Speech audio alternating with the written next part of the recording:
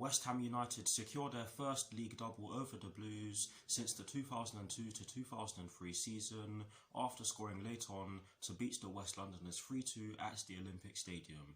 Watch until the end of this review to hear all of my thoughts on yesterday's match.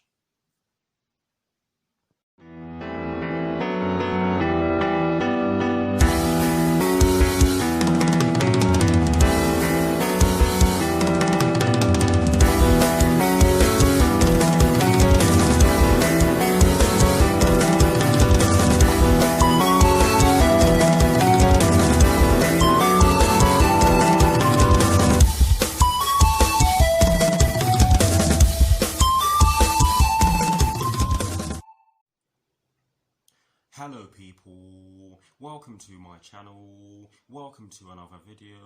This is my review of the game which took place yesterday evening at the Olympic Stadium in the Premier League between West Ham United and Chelsea, which West Ham United ended up winning by 3-2.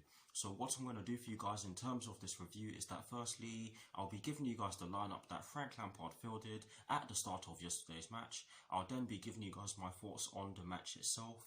And as always, I'll be giving you guys the positives and the negatives in which I took from the match. And lastly, I'll be giving you guys my thoughts on Chelsea's upcoming Premier League fixture, which will be taking place this Saturday at Stamford Bridge against Watford. So without further ado, let's get straight into this review.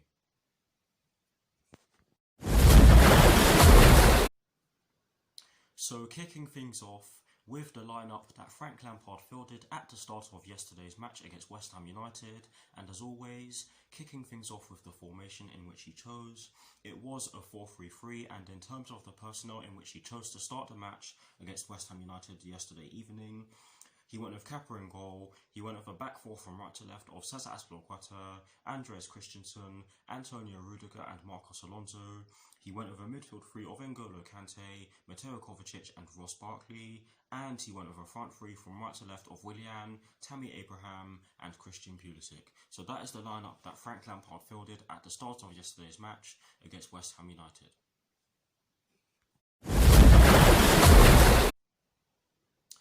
Now for my thoughts on the match itself, and as always, starting off with the first half. And I'm not going to lie to you guys, I do think that we made a good start to the match. We were able to put a lot of pressure on West Ham United. We were able to move the ball around really quickly. Yes, we were giving the ball away cheaply at times in the first half, but I do think that we were slightly the better side for most of the first half. However, I'm going to paraphrase, because what really got on my nerves was the ending of the first half, or towards the ending of the first half, where we started to look shaky at the back. We were making sloppy mistakes at the back, and yes, we did win a penalty through Christian Pulisic, who did make a brilliant darting run into the box, and Issa Diop brought him down. It was a definite penalty. There was no debating that, and Willian stuck it away. Brilliant penalty. Lucas Fabianski had absolutely no chance of saving it. But if you look at what happened before that, the disallowed goal, that should have been a warning for us, because the equaliser, I'm sorry, this equaliser is unforgivable. It is unforgivable, and I'm not one to run or show anger at losses, but this goal really got on my nerves, and we should have defended it a lot better, especially when you consider the amount of players we actually had in the 6-yard box when Jared Bowen, was it? When one of their players whipped in the ball from the right hand side, or our left hand side, of course, from the corner. We should have defended it a lot better, and Tammy Abraham was actually on the line. He did try his best to clear it, but he fell backwards and missed the ball, and it went into the back of the net. It went into the back of the net, and it was a very poor time to concede as well, right before half time, and we did not have the lead for long at all. If I'm not mistaken, it was only 4 minutes, including added time at the end of the half. But yes, it was poor defending from Chelsea, and overall, I actually thought it was a good first half, bar the goal and bar the fact that we didn't really take the chances in which we had in the first half, because we did have some decent chances in the first half. But it's overall decent. Now for my thoughts on the second half. Oh boy. Oh boy.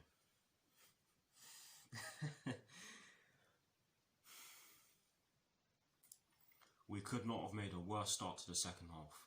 51 minutes or 6 minutes into the second half, shall I say, to correct myself, or 51 minutes of the match being played, and Mikel Antonio puts the ball into the back of the net following some brilliant play, or following some brilliant centre forward play from Mikel Antonio himself, and some brilliant play down their flanks.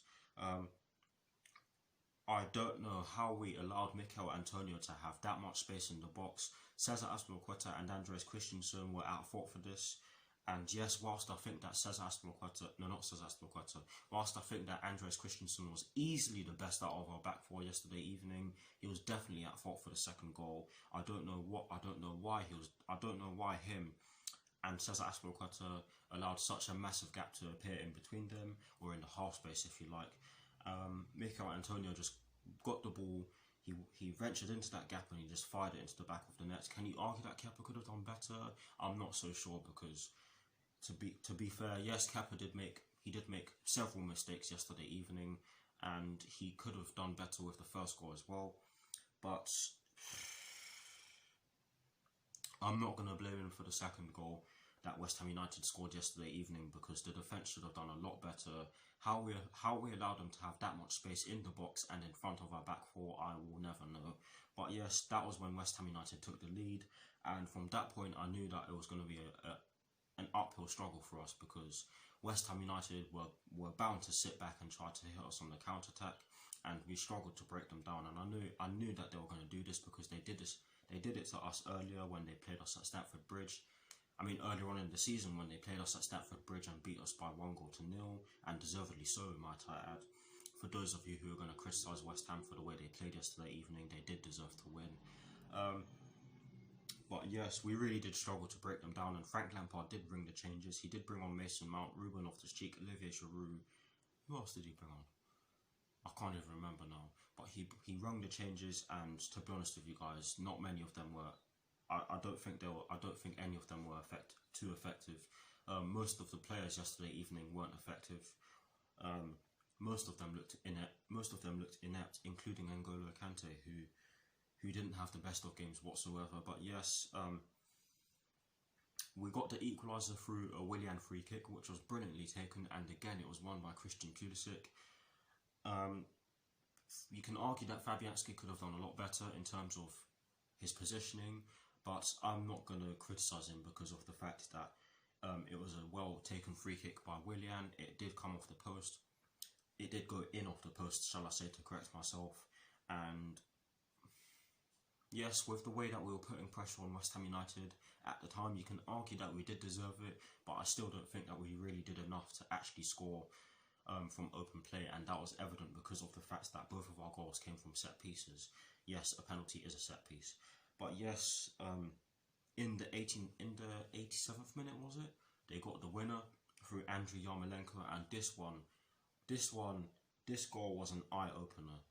This was absolutely unforgivable. The defending was absolutely atrocious. We had so many men forward. Both of our fullbacks were so high up the pitch that it was only Antonio Rudiger, I think it was, who was at the back, and N'Golo Kante, who did try his best to steal the ball off of one of their players. I can't remember who it was. Was it Lanzini? Or did he come off the pitch at that point? I can't even remember.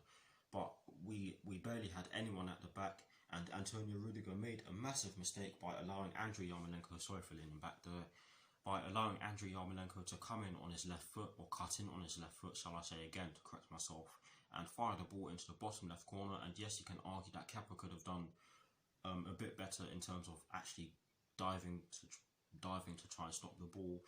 But for me, poor defending again. And overall, I have to be honest with you guys, whilst I thought the first half was decent, overall it was a poor performance, especially in the defensive third. Offensively, I actually thought we were decent, but yes, we could have done a lot better yesterday evening in terms of our attacking play. We had so many chances, so many shots. We actually had more shots than they did, and more shots on target. And they had 3 shots from target yesterday evening, and we also had so much possession. But again, we didn't do a lot with it. And like I said earlier on in this particular part of this review, both of our goals came from set pieces, and that just shows you that possession really isn't everything. And again, you have to give credit. I can't even speak. You have to give credit to West Ham United for the way they won the game yesterday evening. That used to be us, so we cannot criticise them for doing so. And yes, we truly have fallen victim to our past criticisms. But yes, overall, like I said, poor performance. Nothing short of embarrassing in terms of the way we defended and the way we looked so toothless up front in terms of actually taking our chances. But yes, now for the positives and the negatives in which I took from yesterday's match. Starting off with the positives, there's only one positive, and I'm amazed at the fact that I was able to find a positive from that performance yesterday evening. But yes, the only positive in which I took from yesterday's match is the fact that Willian and Christian Pulisic were causing problems all evening. They were both involved in both of the goals for Chelsea yesterday evening, and I don't think that either of them should be slated for the way we lost yesterday evening against West Ham United. But yes, that is the only positive in which I took from yesterday's match. And everyone else on the pitch for us, bar Christensen, in terms of the starting lineup, had poor games. And I'm not one to really rip into the team, but most of the players yesterday were really poor. And when you have 8 or 9 players who are ineffective, you're not going to do well. It's as simple as that.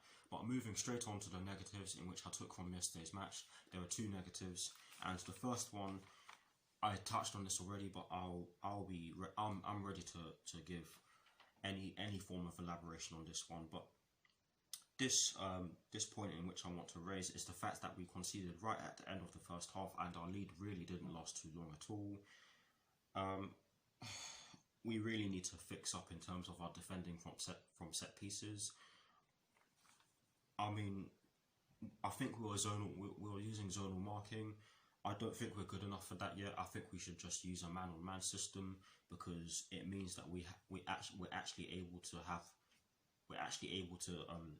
have more of a chance of getting the ball out of the box from corners, and it means that we'll actually have more of a chance of having an out ball, or having someone to pass to that isn't inside the box when the set piece is being defended. But yes, it was a very poor time to concede, and again, you have to give credit to West Ham for that. Yes, I'm saying this a lot, but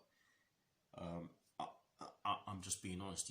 We really have to give credit to West Ham United, because they're fighting relegation, and they've literally just done a job on us. So yeah, I don't see any reason to say, they're rubbish, they're this, they're that. I really don't have time for that. But yes, moving on to the second negative, and I've touched on this already, as you've probably heard, and I'm absolutely sure that you know exactly what this second negative is. I'm going to go into it. The second negative in which I took from yesterday's match is the fact that the defending for most of the match was quite poor, if not embarrassing. Do you know what our defending made me think of? It made me think of Kate Smurthwaite's comedy videos, because they are atrocious. The defending yesterday was that bad. It was like they had Kate Smurthwaite's ideas or ideologies ringing in their heads. It was that bad. But yes, that is it for my thoughts on yesterday's match. Please do put your thoughts on yesterday's match in the comment section below, and I will do my very best to respond. I'm quite interested in hearing your thoughts on this one. But yes, I'll do my very best to respond to any thoughts that you put in the comment section below.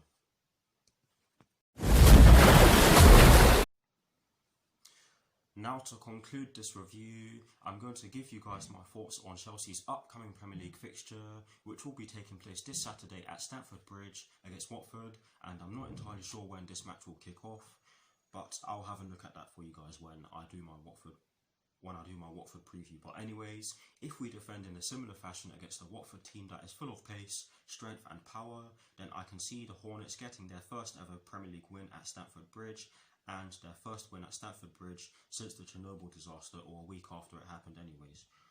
Or a week and a few days, shall I say. But yes, we cannot defend like this against this Watford team that is full of pace, strength and power, and players who are technical as well. Especially when they've got a player like Troy Deeney up front. We cannot defend like that, because if we do, then I can see Watford embarrassing us in a similar way that West Ham did yesterday evening. But yes, I do think we can win, but we really have to tighten it up at the back. We really need to stop conceding goals from set pieces and stop conceding goals in general.